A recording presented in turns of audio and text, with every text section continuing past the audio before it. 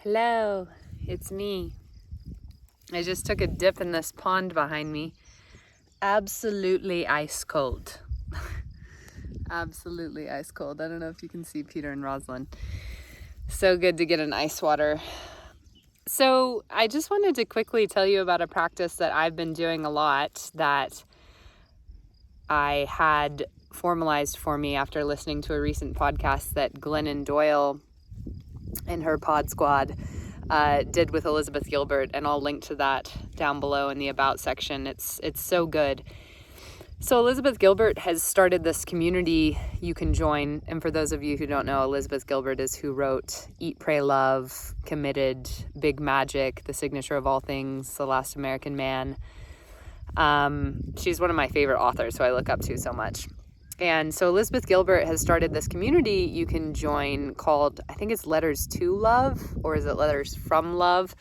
That's the whole idea, though. So it's two-way prayer. And Elizabeth Gilbert talks about how this two-way prayer was actually one of the big fundamental cornerstones of the recovery program that was supposed to be part of the 12-step program, but it ended up getting taken out at the last moment. But it's something that I guess you'll have to listen to the podcast, but something like the first 100 people or something who did the 12-step program all stayed sober. None of them ever relapsed, and this was part of what they did. So the whole idea, and it just fits in so well with A Course in Miracles to me, which I'm continuing to be deep in. For any of you who are curious about A Course in Miracles, I encourage you to follow that curiosity. So Elizabeth Gilbert, has the same sentiment that A Course in Miracles have that I kind of live by of, it doesn't really matter what name you call it. Doesn't matter if you use the word God, love, creator, goddess, unity, consciousness, the one. She calls it love, which I really like, capital L love, and I do that as well. And so the idea is that instead of us being these victims that need to look for answers outside of ourselves and aren't connected to our creator, to the source from which we come, and, we like the idea of prayer is this begging one-way thing, like, please, I'm praying to you wherever you are, this thing, God, I'm praying to you and help me. And, I can't get an answer back. And the two-way prayer is a physical formalized practice, whether you do it through writing or through speaking or through music or drawing or anything. It's you give your prayer, your letter to love, and it can be very specific. I'll actually, maybe at the end of this, just demonstrate one like I would do it. And just ask love what's up. And then you get real quiet and you let love, God, creator, answer back to you in whatever form you ask. So like I said, maybe it answers back in the form of a drawing or a song. In the case of what Elizabeth Gilbert is doing, it's like she writes a letter to love and then love writes one back. So for a long time when she was doing it, love, like 20 years, love needed to spend just telling her, I am always here. There's nothing you can do to get rid of me. I will never abandon you. I am always here with you. And that was really like all that love had to say and kind of all that she had the capacity to receive at that time. And over time, it started giving her very specific instructions. So now she begins every one of her days with a letter to love, and love will say things like, she'll say, love, what would you have me do today? Or you can say, love, what would you have me know? And again, if you want to say, God, what would you have me know? Or peace, what would you have me know? Or goddess, what would you have me know? It's a physical practice that shows us we have the answers inside of us. That which gives us those answers and knows all things, love, creator, is inside of us. I too I both ask and receive. And I just think it's really cool. I also, like I told a friend, it's basically Elizabeth Gilbert and Glennon Doyle making channeling mainstream. and telling it to people in a really beautiful way. Essentially, that's what it is, though. It's like I ask higher power, I give something up to the Holy Spirit, to love, to God, to Goddess, to Creator, and then I get real quiet and let that larger capital S self that is in me come through. And it's very empowering because, again, the point is, I'm never apart from you. Like, that's what love says. That's what God says. And I just think it's so empowering and such a beautiful practice and a way to step aside with our ego and personal self. And I mean, cool example for me, just the other day, the first time I did this on voice recording, I said some things, and love started off, of course, I love you. You're so special. I'll always be here. You never have to earn me. You're perfect the way you are. I will never leave you.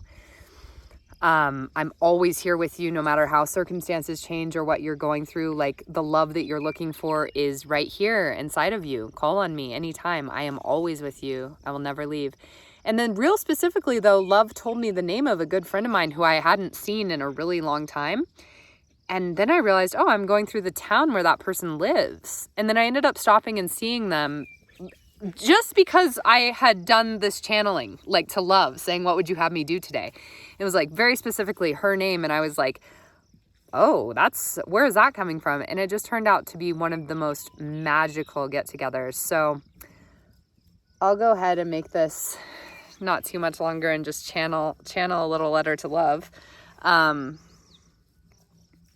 Here we go.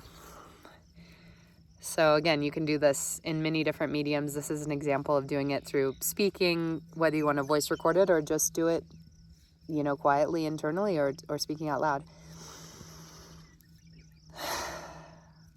Hey, love. It's me, Virginia. And I feel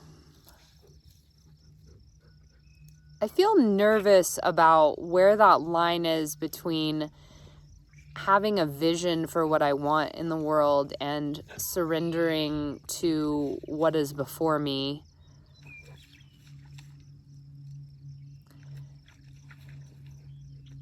And like what my role is in letting go and also helping visions come to fruition.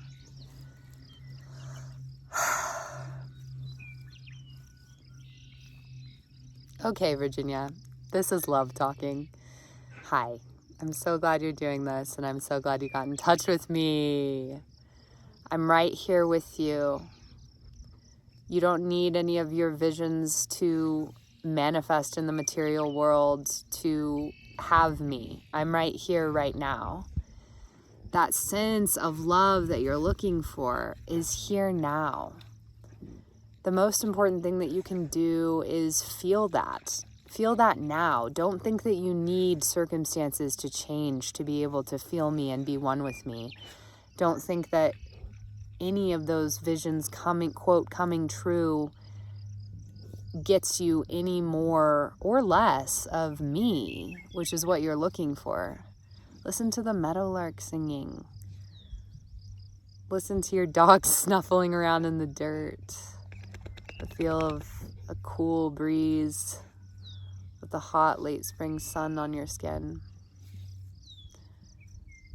That presence and connection, wanting to connect people with each other and themselves and the land and animals. You're doing it right now. It's natural. Let yourself be. Be with and receive what each moment presents you with. It is a gift. Your heart is so good. I promise to always be with you through all the things that come. Stay willing to be surprised. For your visions are holy. When they are of me, when they're loving, just let go. Let go of the how. Have a little bit of faith. And you can strengthen your faith by calling on me whenever I want and feeling and hearing that I'm here. I'm always here. I love you. I love you so much. You are good. Love. Love.